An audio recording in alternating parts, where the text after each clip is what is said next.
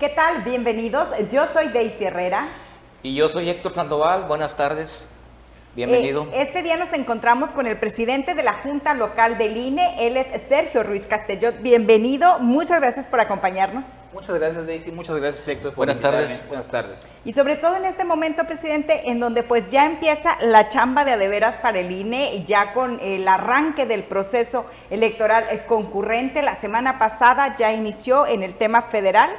Platíquenos cómo se vivió este arranque, en qué están trabajando en este momento.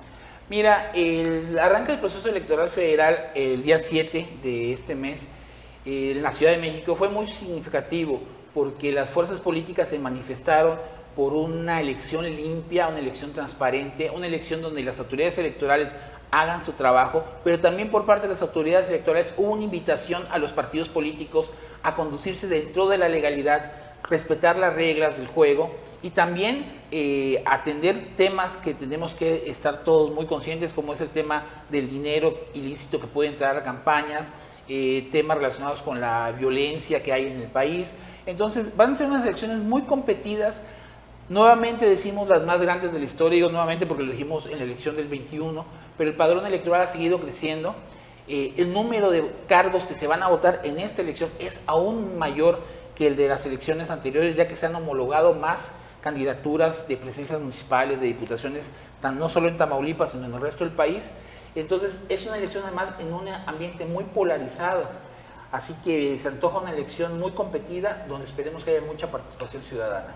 Es correcto, muy polarizado el ambiente y estos dos temas, presidente, que acaba de tocar, uno, el ingreso del dinero sucio a campañas, que en Tamaulipas ha sido un tema recurrente en procesos pasados, que sirve para que en campaña se acusen unos con otros. Entre candidatos siempre se están señalando de que se está usando el dinero sucio, el dinero ilícito, eso por un tema, y el tema de la violencia, sobre todo en un estado como Tamaulipas, en donde desde hace, pues no sé, 2 sexenios yo creo que se viene recrudeciendo este tema. Definitivamente son factores esenciales para esta elección. ¿Cómo los van a abordar? ¿Cómo garantizar que no va a ingresar el dinero sucio? Es decir, el dinero del narcotráfico a las campañas, y cómo garantizar que la violencia no va a ser mella. Y el dinero oficial también, que es una irregularidad, ¿no? Claro, de hecho es un delito electoral. Por la inequidad también, ¿no? Sí, mira, en la primera parte el INE realiza constantemente fiscalización a los partidos políticos. Hay todo un sistema nacional de fiscalización. También coadyuvan muchas autoridades, los bancos, instituciones de diversa índole, para tratar de rastrear el dinero, de dónde viene, cómo llega.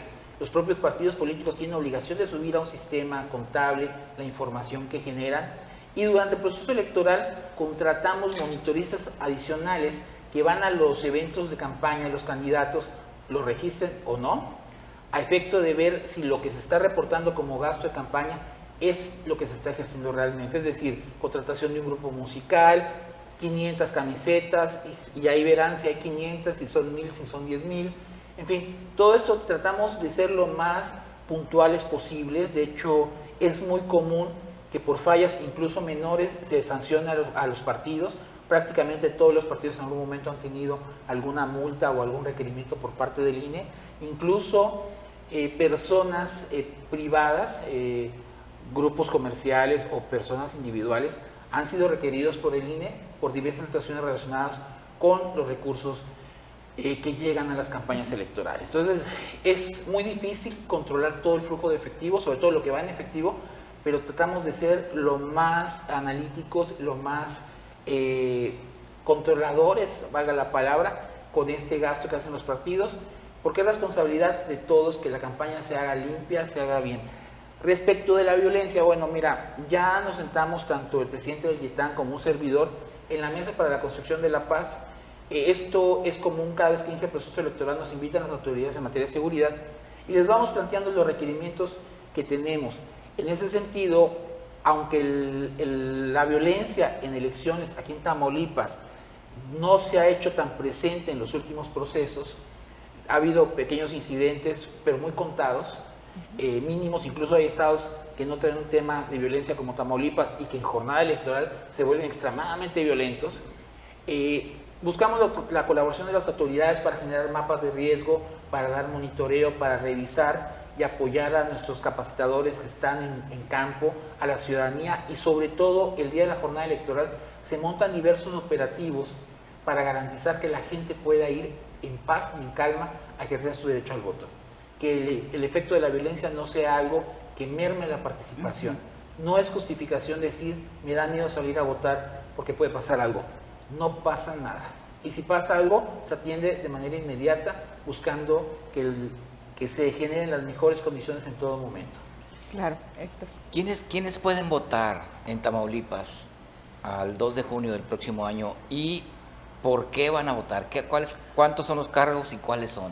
Sí, mira, estamos hablando de toda aquella persona que esté en el estado de Tamaulipas con credencial de elector, con domicilio en Tamaulipas, podrá votar por la autoridad que le corresponda, ya sea presidencia municipal, diputados.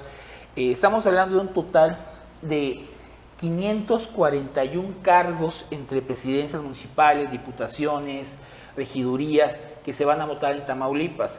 Aparte también está la elección federal, donde podrán votar por diputados federales en 8 distritos electorales, por senadores del estado y presidente de la república.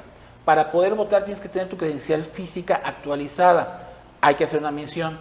Normalmente se vence la credencial, ahorita la 2023 ya se venció, pero ya el INE generó un acuerdo para que aquellos que tengan credencial 2023 puedan usarla para votar en este proceso.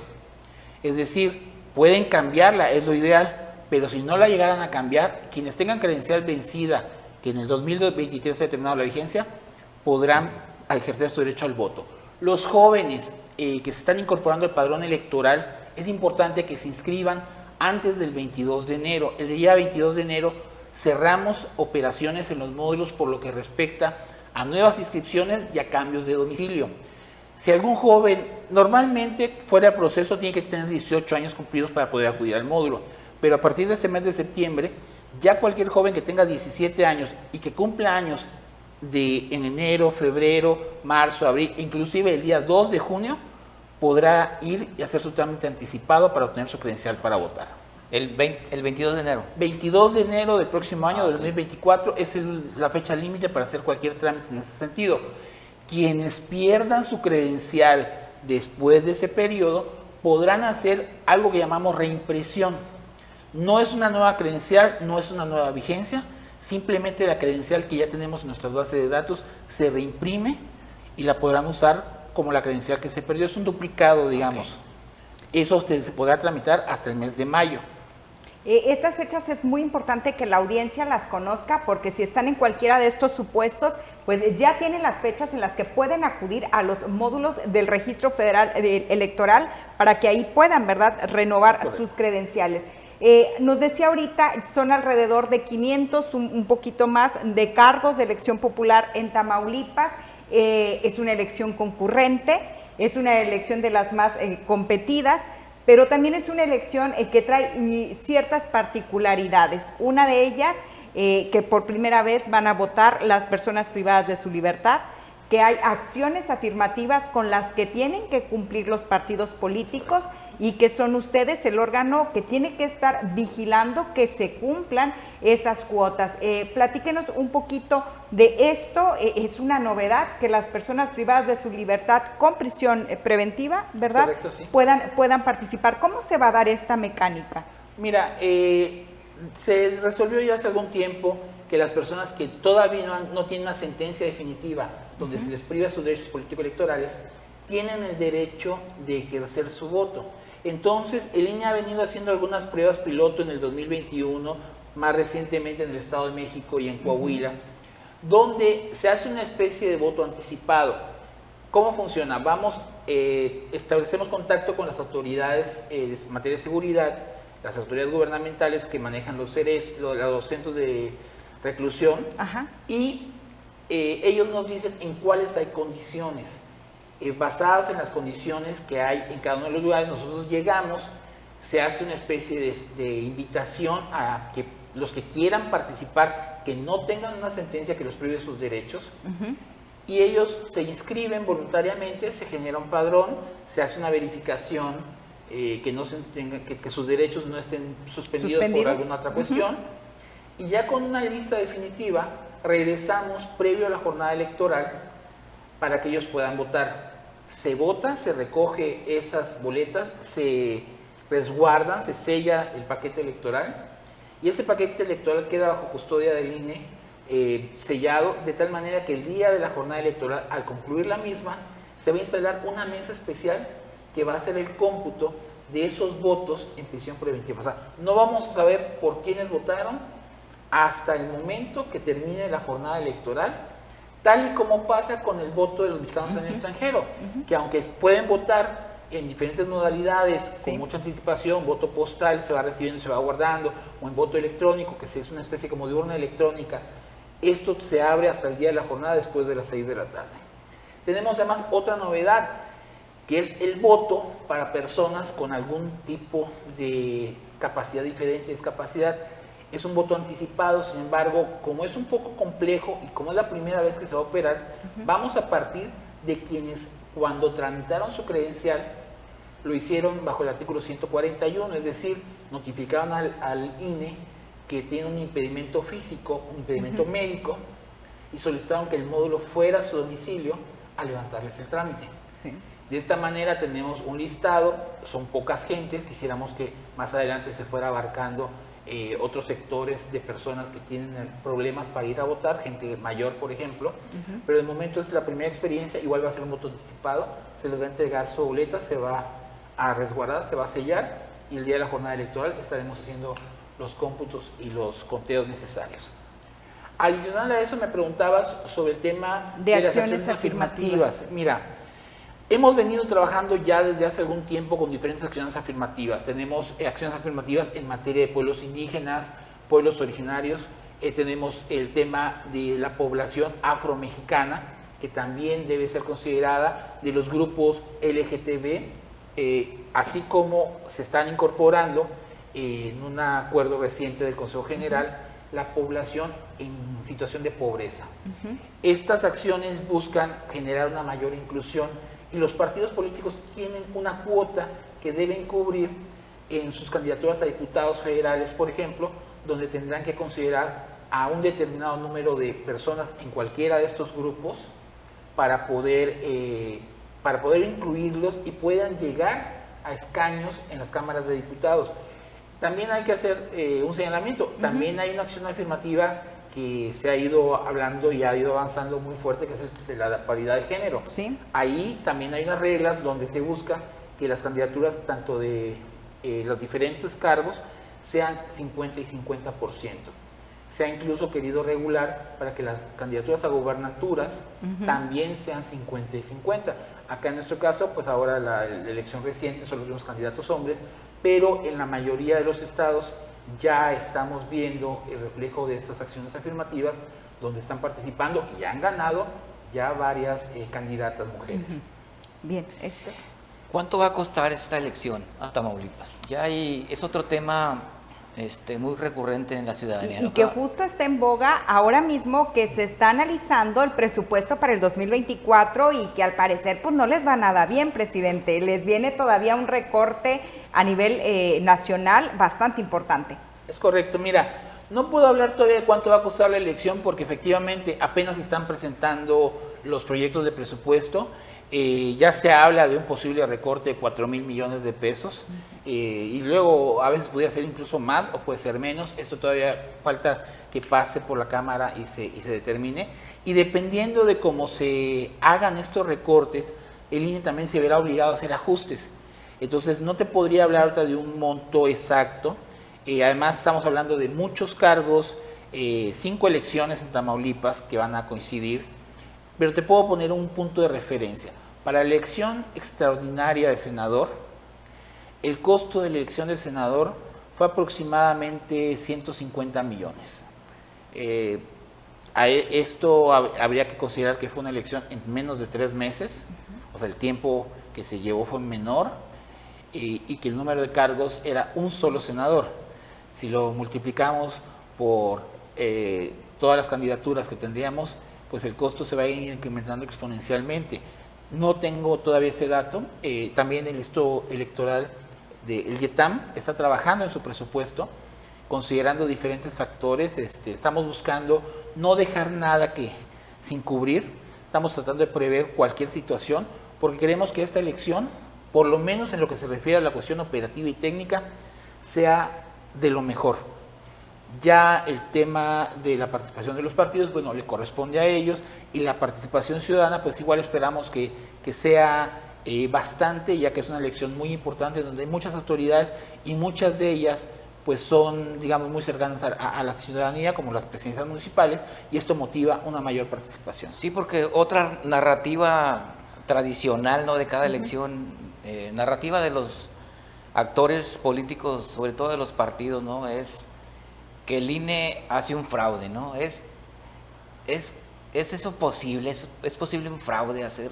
Por supuesto que no. Ha ocurrido, hablo de la narrativa de algunos actores políticos de partidos, ¿no? O sea, ¿es posible un fraude desde el INE, un fraude electoral? No es posible un fraude por muchas situaciones.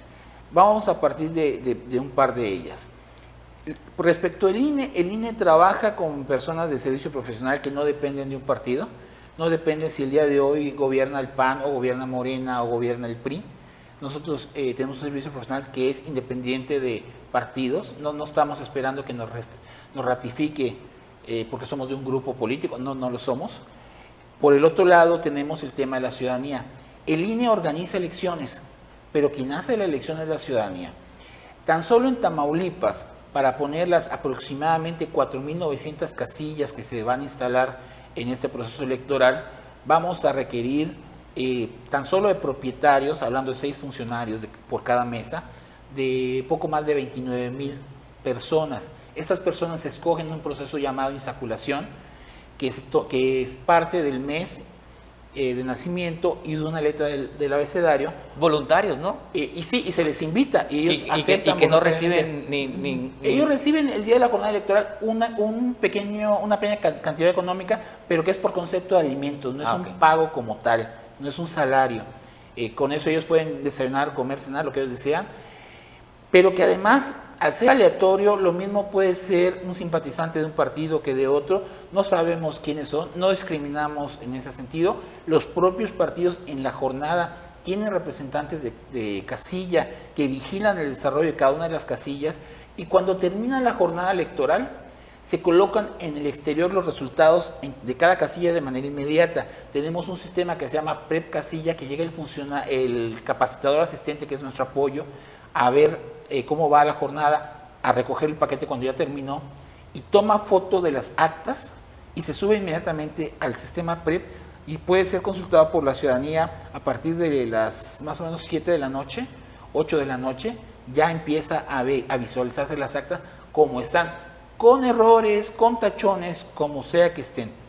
Las actas que tengan errores numéricos, el miércoles siguiente se abren los paquetes que están mal las actas, porque numéricamente no coinciden los resultados, porque aparece que votó más gente o votó menos gente de las personas, de los votos que encontramos en la urna. Se revisa y se hace en presencia de partidos políticos. El tema acá es un tema muy minucioso, operativamente muy pesado, muy cansado, pero que ha servido para garantizar los resultados electorales, y además ha permitido la pluralidad de cargos. Quien vea un poco hacia atrás en la historia verá que el país ha ido cambiando. Hemos tenido presidentes de diferentes partidos, hemos tenido gobernadores, gobernadoras de diferentes partidos, y prácticamente toda nuestra geografía ha mostrado cómo quien tiene la preferencia política es quien gana. No necesariamente el partido que está en el poder es quien va a ganar. Presidente, pero aquí en este tema pareciera que una de las banderas que utiliza el INE para decir no hay fraude es un órgano ciudadanizado y son los ciudadanos quienes organizan la elección. Pareciera que este discurso, presidente, se cae cuando a la hora de la elección resulta que quienes fueron insaculados, quienes recibieron la capacitación, ese día sorpresivamente no se presentan y que les toca elegir de la fila, y entonces ahí es cuando Al partido que no le favorece la votación dice, es que estando ahí los partidos compraron la voluntad de los supuestos funcionarios del INE. Es decir, cuando se toma a gente de la fila para sustituir a quienes faltaron. ¿Cómo poder atajar esta acción que además es recurrente, presidente? Mira, aquí es un problema de falta de compromiso de pronto de la ciudadanía, cuando habiendo sido capacitada y habiendo aceptado decidir no ir. Sí. El INE, de acuerdo a lo que dice la ley, porque además no es algo que inventamos, la ley establece un procedimiento de sustitución una vez que da determinado horario y no hay los funcionarios suficientes. Se toma de la fila a la gente que está formada en los primeros lugares, que deseen participar y que sean de la sección. Entonces, no dudo que algunos partidos tengan como estrategia poner gente de sus partidos primero que nada por si llegan, pero también aquí es chamba de los partidos. Mira, cada partido tiene la posibilidad de acreditar 2 representantes y lo hacen. La gran mayoría de los partidos lo hacen y prácticamente en el 100% de las casillas hay mínimo 2 representantes de partidos diferentes. Que están vigilando. Muchas veces hay de todos los partidos, sobre todo en las zonas urbanas hay más representación.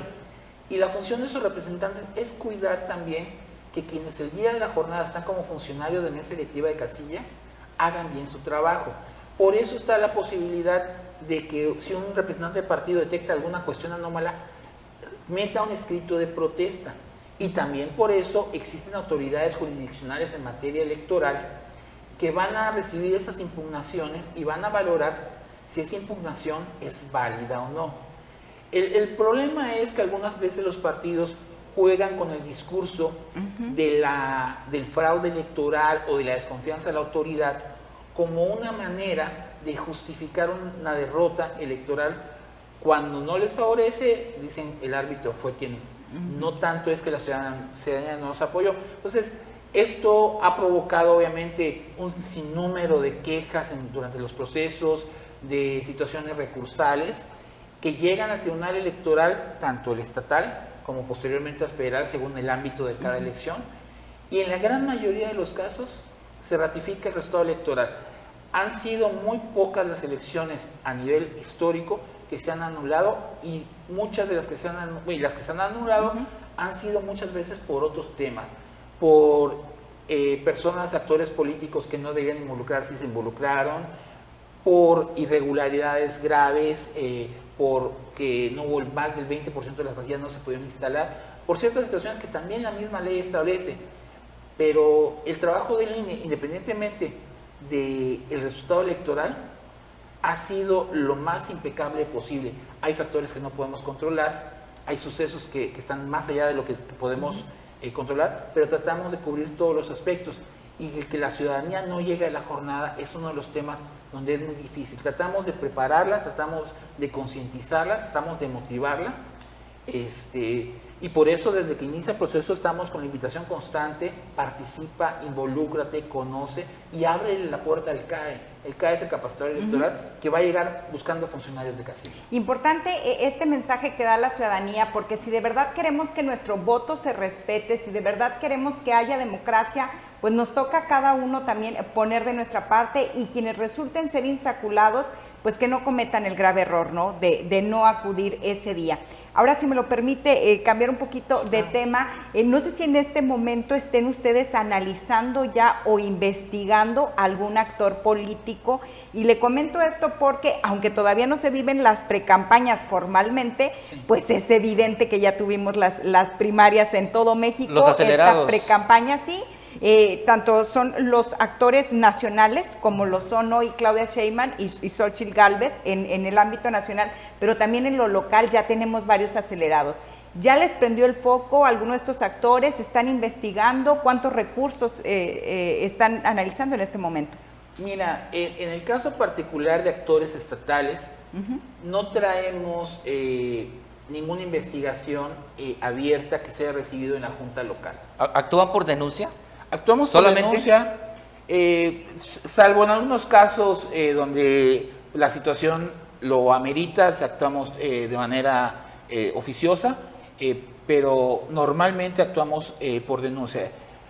Me pregunta, por ejemplo, si hay un espectacular aquí, ¿por qué no levantas? ¿Por qué? Porque no he recorrido toda la ciudad, y si levanto solo de este y de otro partido en la calle siguiente hay uno y yo no pasé por allá, pareciera que estoy enfocado en un solo partido. Entonces, los propios partidos son quienes denuncian, o la ciudadanía denuncia, y sobre esas denuncias se le da seguimiento. A diferencia del YETAM, el YETAM resuelve las quejas. Nosotros como INE integramos expediente, y quien resuelve la queja para determinar si hay violación o no es el Tribunal Electoral. Entonces, bueno, hay algunas quejas y denuncias que se han presentado en la Ciudad de México en contra de diversos actores políticos, Claudia Sheinbaum, Xóchitl Gálvez seguramente, y muchas veces a nosotros nos piden coadyuvar para determinar si existe o no, por decir algo, un espectacular en la avenida en el 8, o si hay uno en tal lugar, y se certifica, y es la Autoridad Nacional Central quien integra el expediente y lo pasa a través de la Comisión de Quejas y Denuncias, elabora un acuerdo y posteriormente llega al tribunal.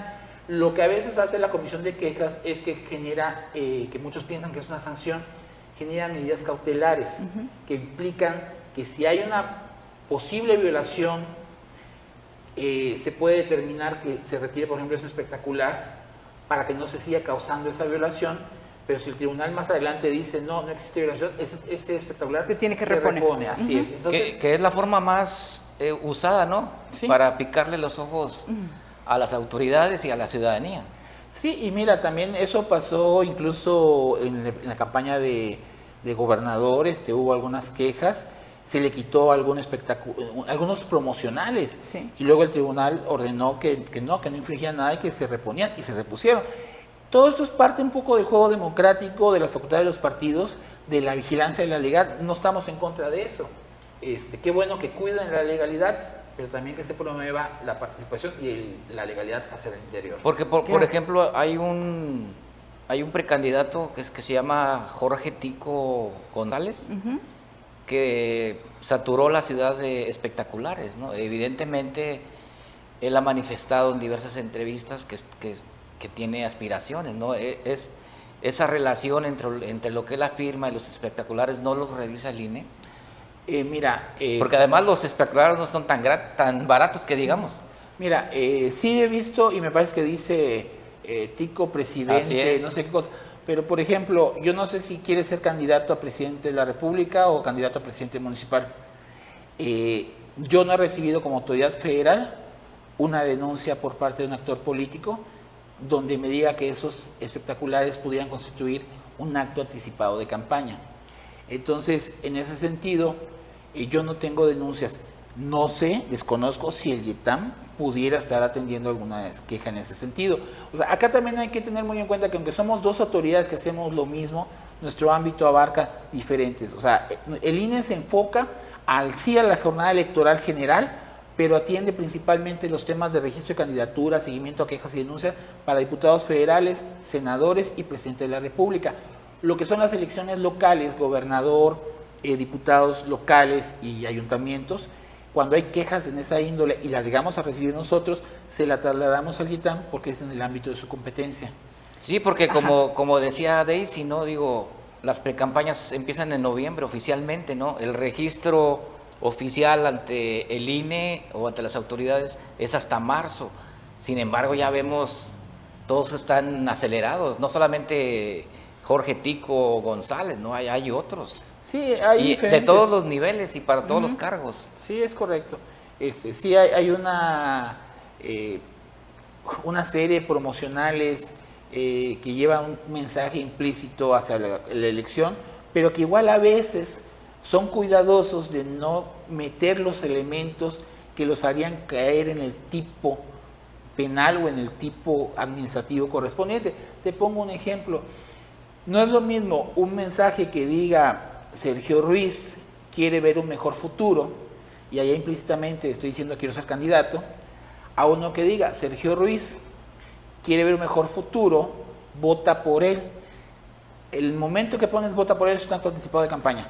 Ya, no hay, o presidente municipal Victoria 2024, 2020, hay elementos, pequeños elementos. Entonces muchas veces los actores políticos pues buscan no caer en los elementos que constituyen ya el tipo de violación que se sanciona. Pues más que cuidadosos, yo diría que mañosos.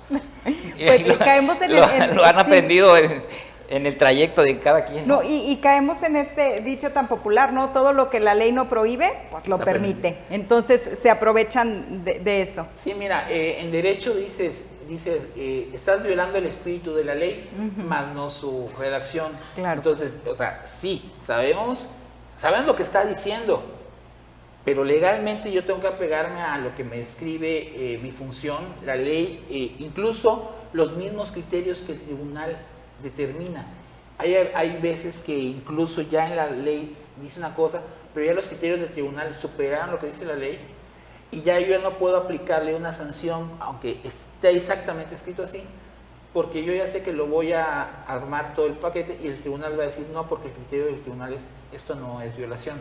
Pero sí se pueden ir documentando desde ahora, es decir, por ejemplo, los espectaculares, los spots, las reuniones, y en su momento, si tal actor resulta que sí es candidato o candidata, entonces presentar el recurso. Claro, sí podría haber un tipo de presentación de una denuncia que acredite sus gastos, sus orígenes. Que serían actos anticipados, ¿no? Pues es que tiene que pasar por ese tamiz del tribunal. El tribunal tiene que decir sí es un acto anticipado. Y si revisas algunas sentencias, vas a ver que es hasta cierto punto flexible. Entonces, no está entrando a lo que, o sea, al espíritu de la ley, sino a su redacción. Entonces, claro, por ahí son cosas que nosotros pues tenemos que atender en los términos en los que tenemos la facultad y hasta donde podemos llegar. No podemos ir más allá de eso porque entonces parecería una persecución en contra de un actor político en específico. Y además el día de hoy vemos que lo que hace un actor lo hace otro. claro. Y entonces, pues la verdad nos volveríamos locos. O sea que también hay equidad en las mañas, ¿no? Pues no te podría decir cuántos espectaculares hay en todo el país, pero te aseguro que hay muchos adelantados y adelantadas en los diferentes estados, en los diferentes cargos. Y bueno, yo he estado en varios estados de la República y no es nuevo esto. Aquí en Tamaulipas, ¿a quién vería como adelantados? Pues mira, una ventaja para mí ante esas preguntas es que yo no soy tamaulipeco, no me sé el nombre de la mayoría de los actores. Muy bien. Hace rato nos comentaba que ahora que ya están sentados en la mesa de construcción para la paz, le han hecho ya requerimientos a la autoridad en materia de seguridad. En este momento, ¿cuáles son los requerimientos que el INE les ha expuesto? Bueno, en este momento el INE ha planteado de manera general algunos aspectos del proceso electoral, algunos requerimientos que se van a hacer ya de manera más específica a futuro, como por ejemplo, cuando estemos en el proceso de recepción de las boletas electorales, lo que es el apoyo para el traslado dentro del estado a los distritos, lo que es el apoyo en vigilancia en lo que son los inmuebles, aunque eso muchas veces se gestiona desde la Ciudad de México, pero aquí reforzamos la petición, el tema de la jornada electoral, los mecanismos de recolección y de distribución. Es decir, cuando estamos llevando a los presidentes de las mesas directivas de casilla los paquetes electorales previo a la jornada, en algunas zonas sí pedimos apoyo en custodia, en otras no, en otras van los CAEs con sus paquetes sin mayor problema.